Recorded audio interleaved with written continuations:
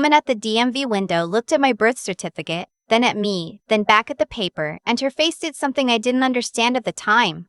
She smiled, but it didn't reach her eyes. She picked up her phone, turned slightly away from me, and said something I couldn't hear. Then she told me to wait right there. I was 29 years old, standing in a government office in Tulsa, Oklahoma, trying to renew my driver's license before it expired. I had a number. I had my paperwork.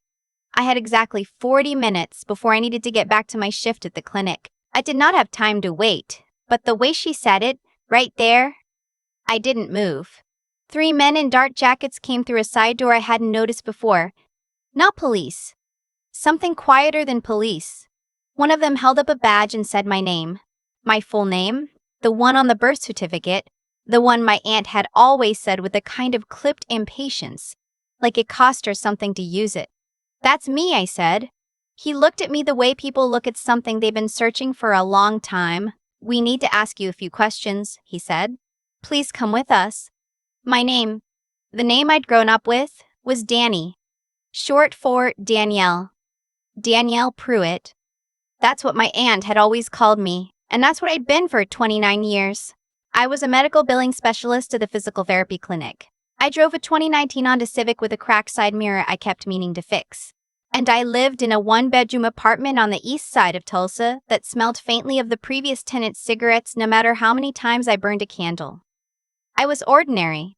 I had always been ordinary. My aunt had made sure I knew that. She'd taken me in when I was an infant, after what she described as a family situation that she never explained further.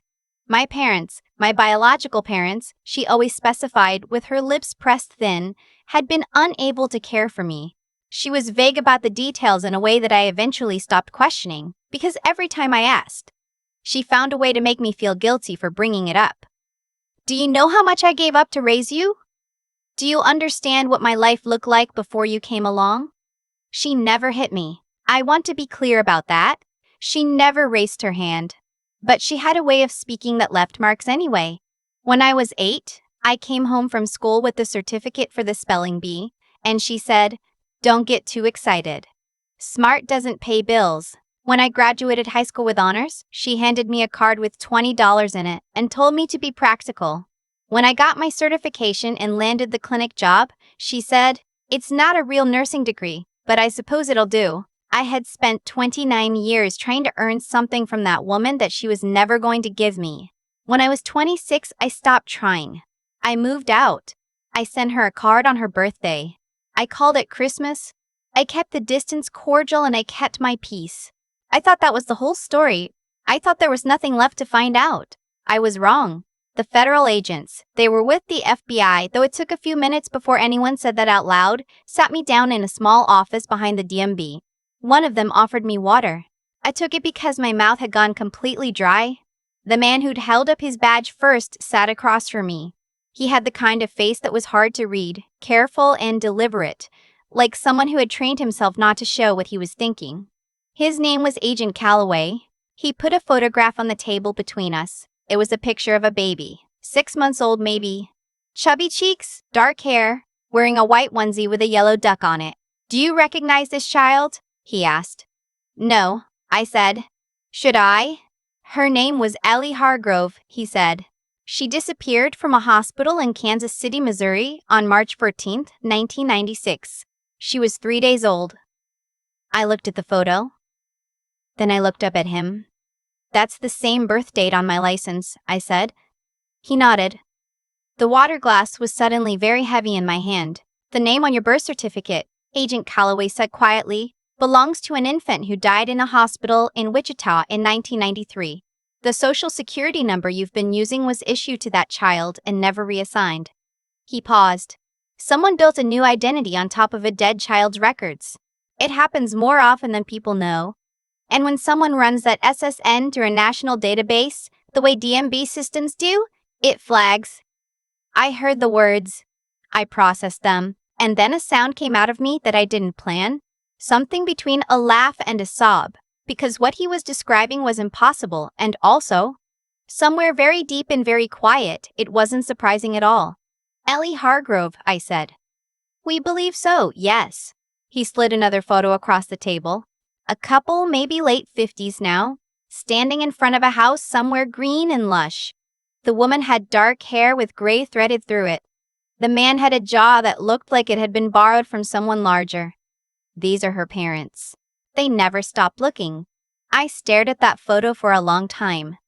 Then I said the only thing I could think to say. I need to call my supervisor. I'm going to miss my shift.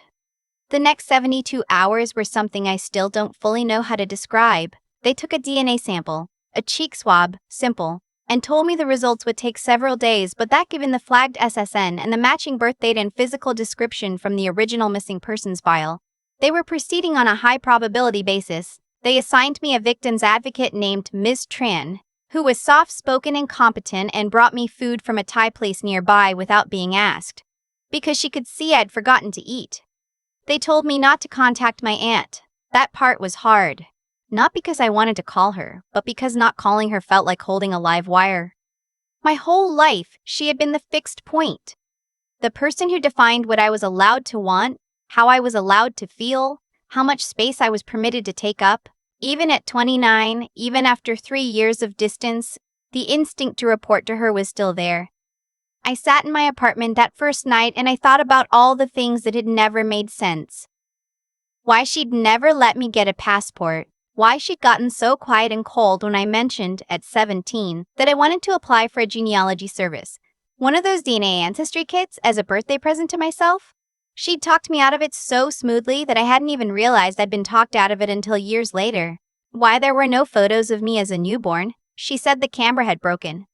She said there'd been a flood in the storage unit. She always had an answer, and the answer always closed the door. Why, when I'd asked her once I was maybe 11, what my mother was like, she'd looked at me with something I'd always interpreted as grief, but now, in the dark of my apartment, felt more like warning. Your mother wasn't someone worth knowing, she'd said. You're better off with me. I thought about a couple in a house somewhere green who had never stopped looking for a baby in a yellow duck onesie. I put my face in my hands and I cried until there was nothing left. The DNA results came back in 4 days. Not the weeks they'd warned me about. Apparently the lab flagged it as a priority case. Agent Calloway called me himself. It's a match, he said. Danielle, you are Eleanor Ann Hargrove. My real name was Eleanor. Ellie. A name I had never been called in my life. I sat with that for a moment. Then I said, "What happens now?" "Now," he said, "we talk about your aunt." Her name was Ruth Ann Pruitt. She was my mother's older sister, my biological mother's older sister, and she had worked as a maternity ward administrator at a hospital in Kansas City in the mid-90s.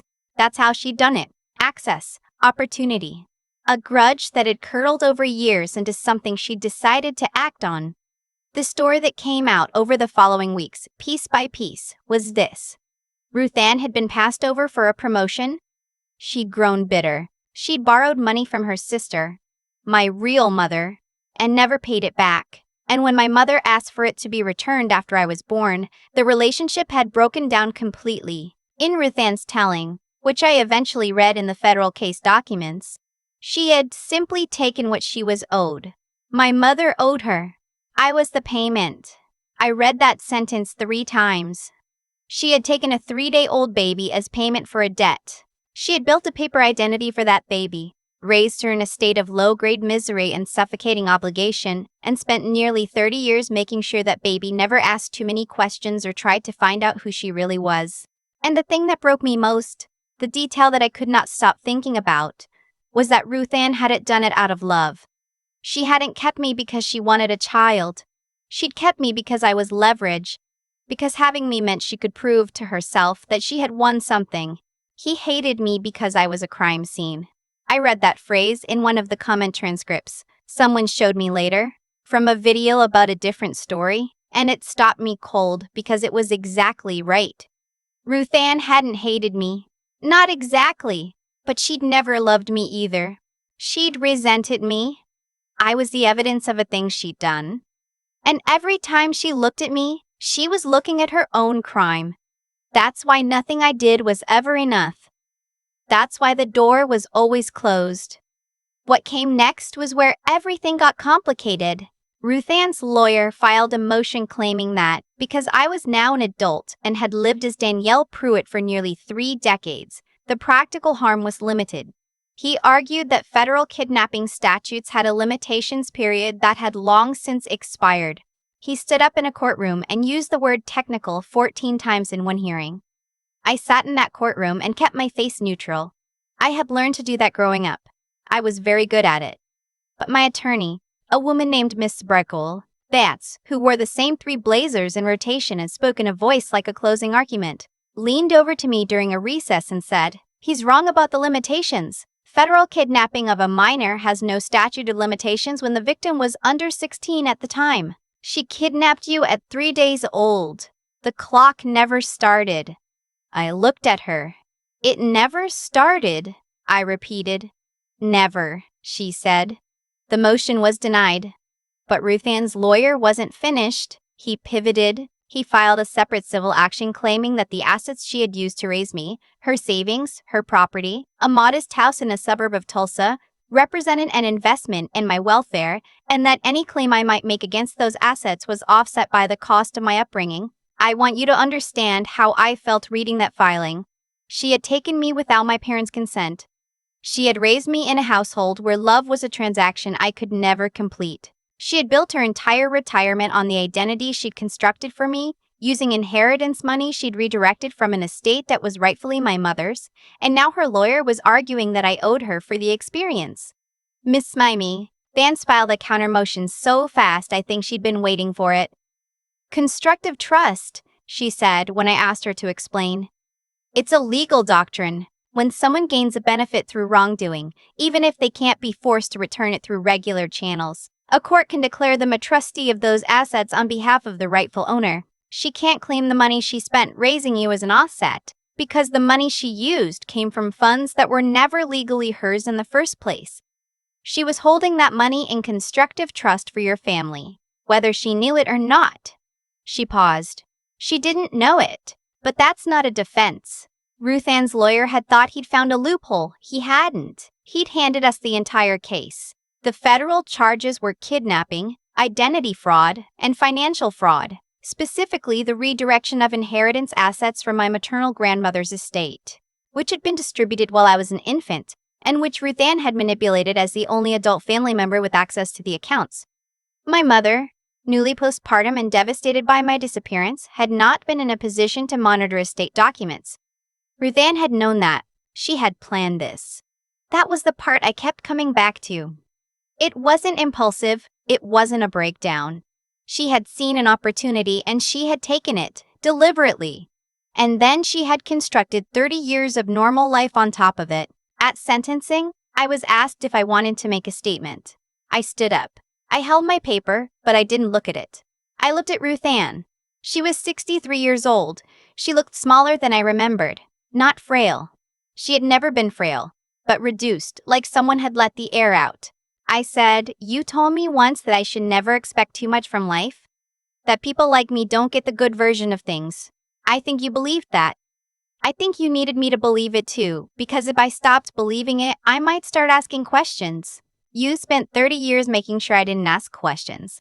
And the one time I walked into a government office and just tried to renew my license, a clerk scanned my file and the whole thing came apart." I paused. "I'm not angry anymore. I'm something worse than angry. I'm free, and there's nothing you can do about that." She didn't look away. I'll give her that. The judge sentenced her to 11 years. She was ordered to cooperate with the civil proceedings, which would result in the restoration of my grandmother's estate assets, with interest to my mother's family. The constructive trust doctrine meant that her house, her savings, and the annuity she'd been quietly collecting for a decade were all placed under court order. The lawyer who'd filed the offset motion sat very still. I met my real parents on a Thursday in April. The FBI had offered to facilitate the meeting. A neutral location, a victim's advocate present, whatever felt safe. I said I wanted to meet them somewhere ordinary. Somewhere that felt like real life.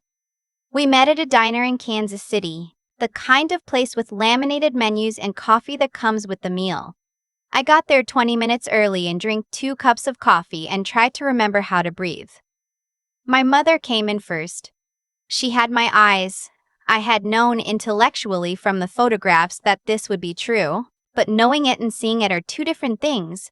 She had my eyes and the set of my jaw and the way she held her hands, slightly clasped, slightly too careful. And when she saw me across the diner, she stopped walking and put a hand over her mouth. My father was right behind her. He was a big, quiet man. He didn't stop walking. He came straight to my table, sat down across from me, and took both my hands in his. And he didn't say anything. He just held on. My mother slid into the booth next to him. She was crying. She was trying not to. "You look like my mother," she said when she could speak. "Your grandmother." She had that same. She pointed at the corner of my mouth, a small feature I'd never thought about. "She would have loved you so much."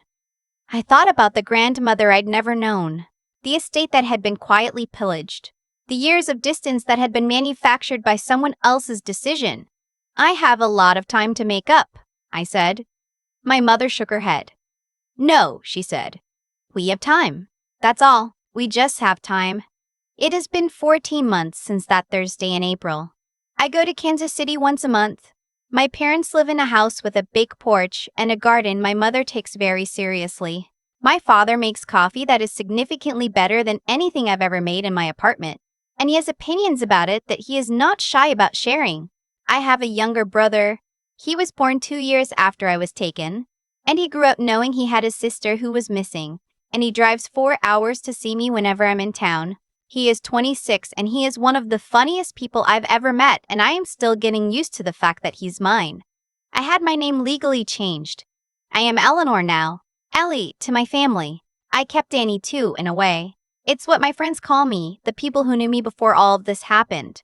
My therapist says that's healthy, that identity isn't a single thing you choose once and live with forever. I'm working on believing that. My aunt appealed the sentence.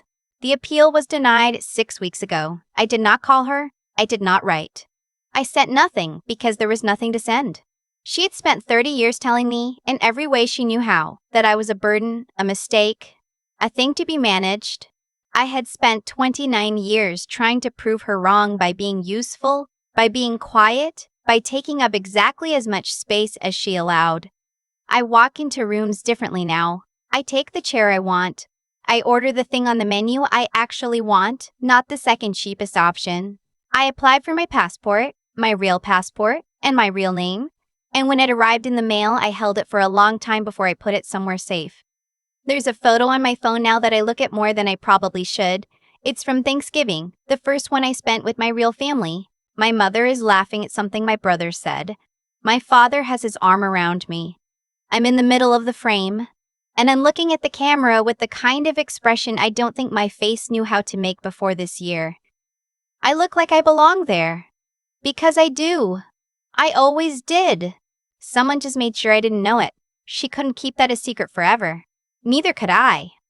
The thing I keep coming back to, even now, 14 months later, is how small the moment was. A clerk at a DMV window. A routine scan. A woman who noticed something was wrong and didn't look away from it.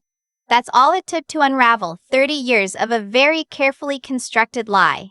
Ruth Ann was not a stupid person. That's what makes it hard to explain to people who didn't live inside it.